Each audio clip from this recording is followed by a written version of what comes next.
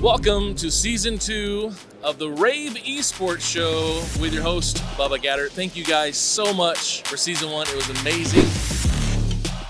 Because we wanted to give people a place to go to start, right? We just want to see the space grow. We want to be part of shaping that, and we invite brands to come along. I see him.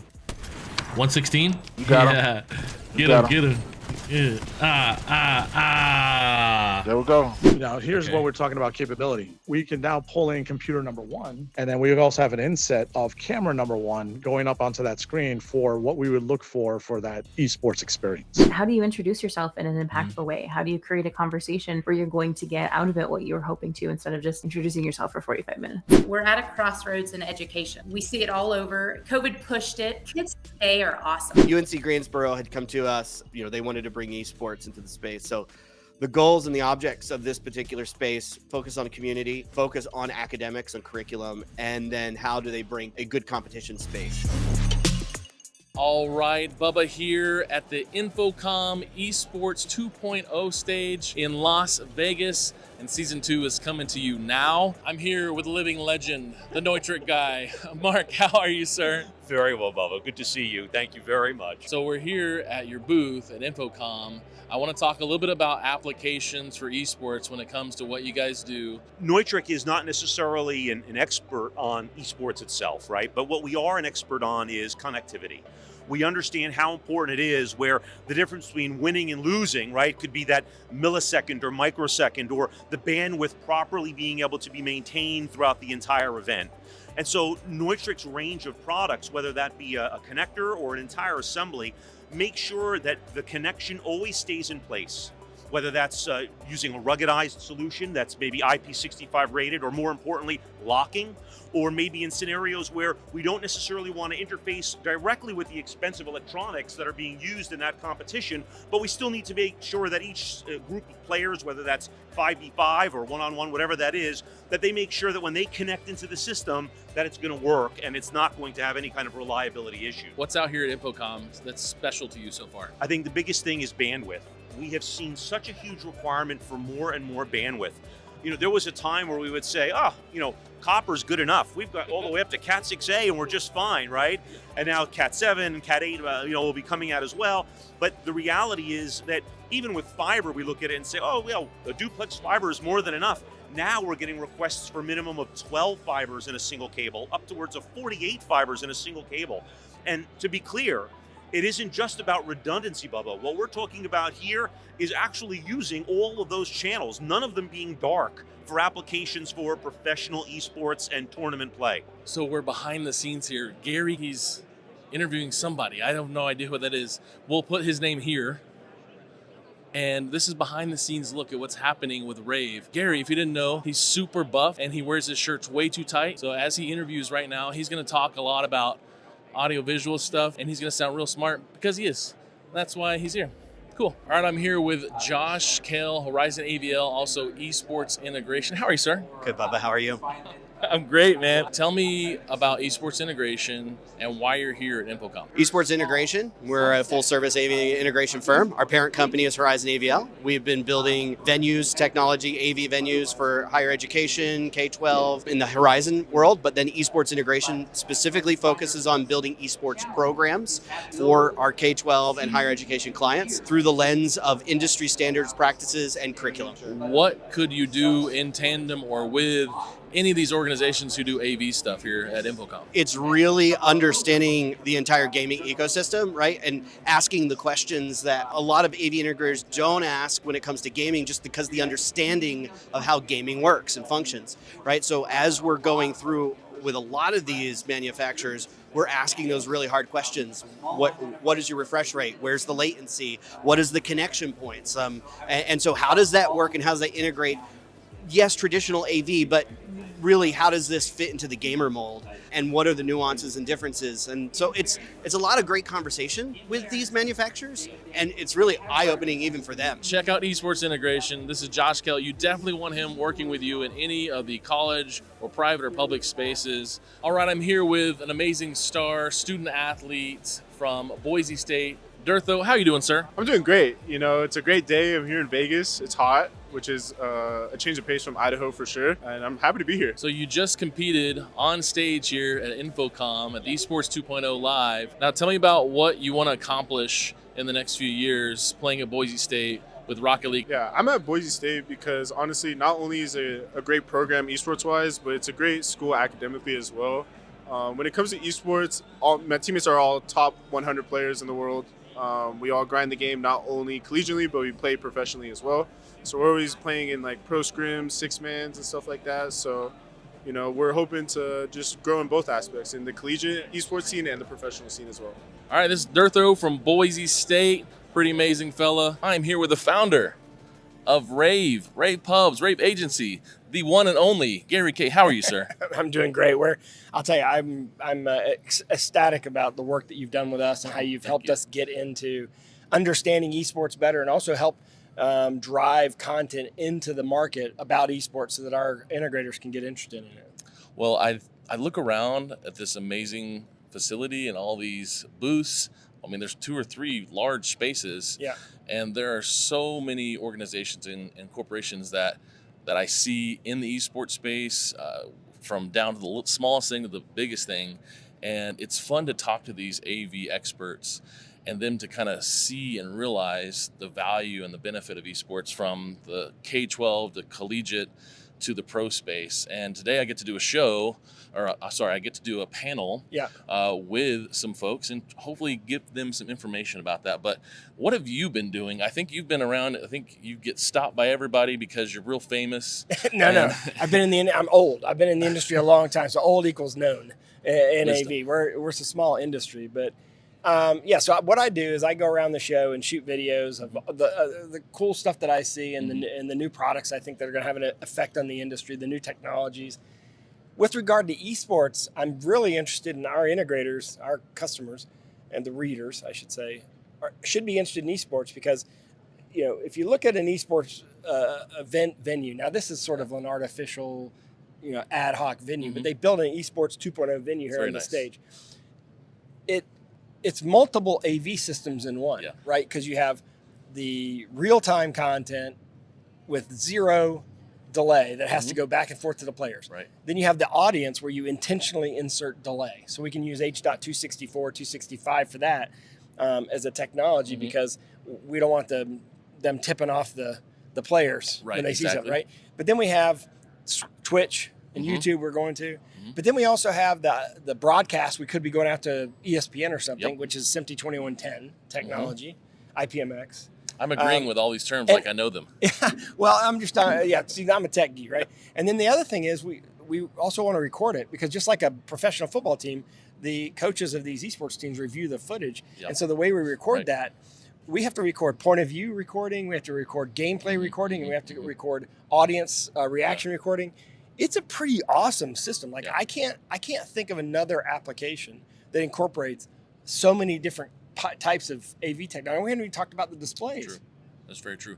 And to look around and see what is provided, these students that are playing, there's 6 teams that are playing this week, from GCU to Faulkner to UNLV, Talladega. There's a few more that are out here playing, and they've come and this is home to them, and they feel welcomed, which it's great because that's one big thing running esports events is definitely applying that welcoming attitude. And I think that's been great about Infocom and what you guys have been doing as well.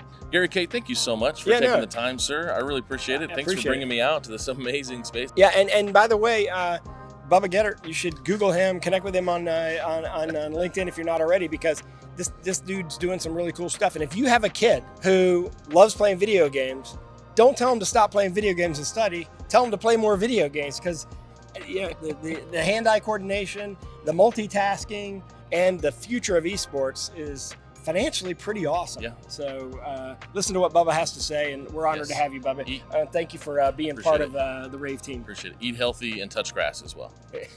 All right, I'm here with Scott Dorn from Spectrum Industries. How are you, sir? I'm doing fantastic. How are you, Bubba? I am superb. But while we're here at Infocom 24, I want people to know about the amazing products you have and what's going on at your booth and what you do in the esports space that really no one else does. So tell me a little about Spectrum Industries. Spectrum's manufacturer. So we manufacture esports support products, furniture for arenas, labs, high schools, colleges, professional environments. And what you see here is actually one of our premier esports solutions. So designed to be able to accommodate, in this case, up to a 50-inch display for audience viewing. So it can be a digital signage application, or it can actually show the competitor, depending on how you set up the production application. But this is just an example of one of the types of products that we manufacture. Okay, now the coolest part that I turned my head away, so I'm now surprised on camera, is you can hit a button and these things will go away. Oh wow, I'm so glad I waited. Close it up, secure if you want. So if you've got maybe your varsity team, you've got a different level of equipment than what the casual gamer is going to have, you'd have the ability to secure this. So you can get it out of the way, keep it maintained just for them. If you notice, it's also mobile. So if you've got the right infrastructure in the room, I could set this up as a 3-on-3 Rocket League environment. I could set up as a 5v5, Valorant, Overwatch, League of Legends. We can reconfigure the room for tournaments, different types of events, or you could do it without the display on the front, have them back to back, and set it up in any configuration that you'd want in the arena. Thank you, Scott. Appreciate it. All right, I'm here with the man, the myth, the legend, Doc Haskell from Boise State. Now, I didn't know you were as big of an AV nerd. What's going on here at the Esports 2.0 booth? This event is like, for AV nerds, the coolest thing because everybody's trying to impress each other. Everybody's coming up with a new way to do an old idea, and everybody wants to learn what technique they use. See if they can figure out the trick. What's over there that you really like and want to maybe see in your facility, or are you just better? So we're almost all software switched through vMix, but when you go over there and you see that massive TriCaster board and set up, you're like, that's pretty awesome. I was asking them, believe it or not, about their event comms, their ClearComm system, because we typically use Discord because it's already a game thing, but we want those types of systems. I'm not even kidding. Just in staging, I got completely excited by these wraps because I think I've seen them before, but I'd never really know. I'm like, we need to get those. Do you know how many moving head lights they have in here? 24 is the answer. I know because I'm paying attention to them and how they go with the lighting design. So there's just so much that they've done to elevate this event. These really nice LED fixture pieces in the back, the screen in the back.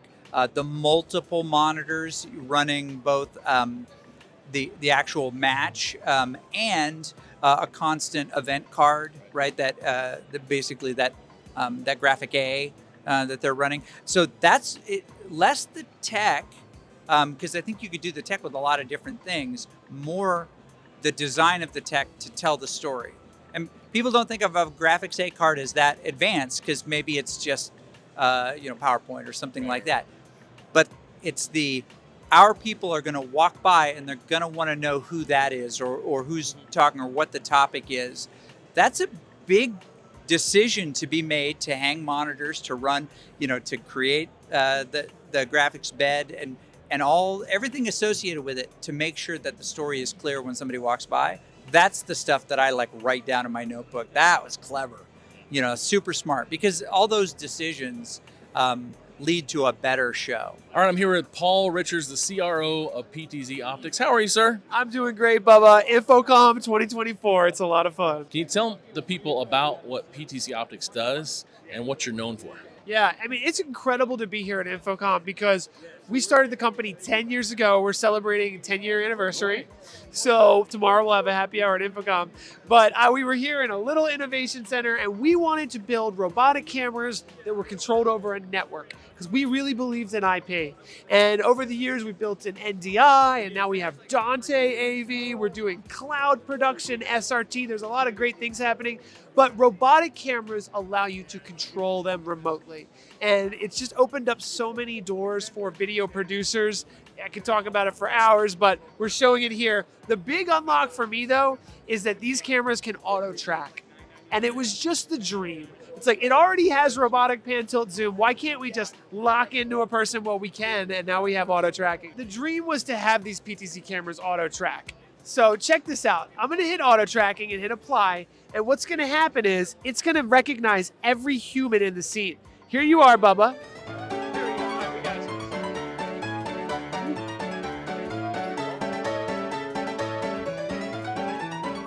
Okay, we're back. All right, so you're back. Now, I can also choose how the shot that I want on you. Like, 'cause I want to get a head and shoulders of you, and I can still track you now. So go ahead and try again. To be honest, you're ahead of the game a lot of the times. So where is this industry headed? Where does PTZ Optics fit in?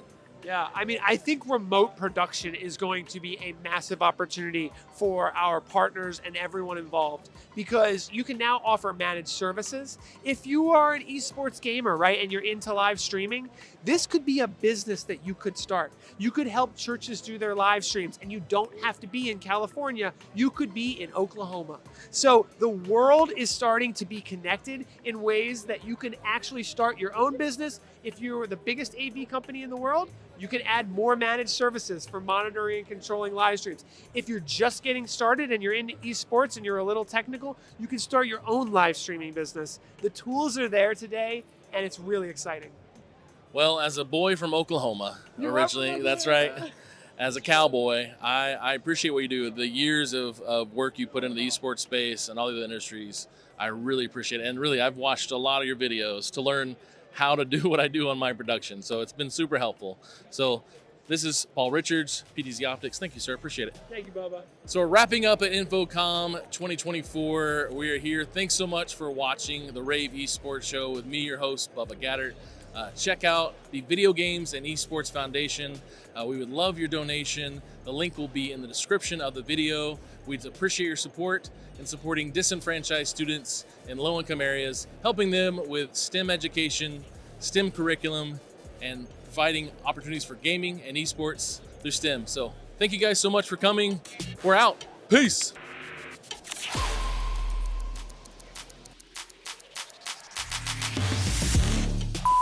Thank you guys so much for watching the rAVe Esports Show. That's right, we're at season 2. There's a guy about to walk in front of us, and I'm gonna floss.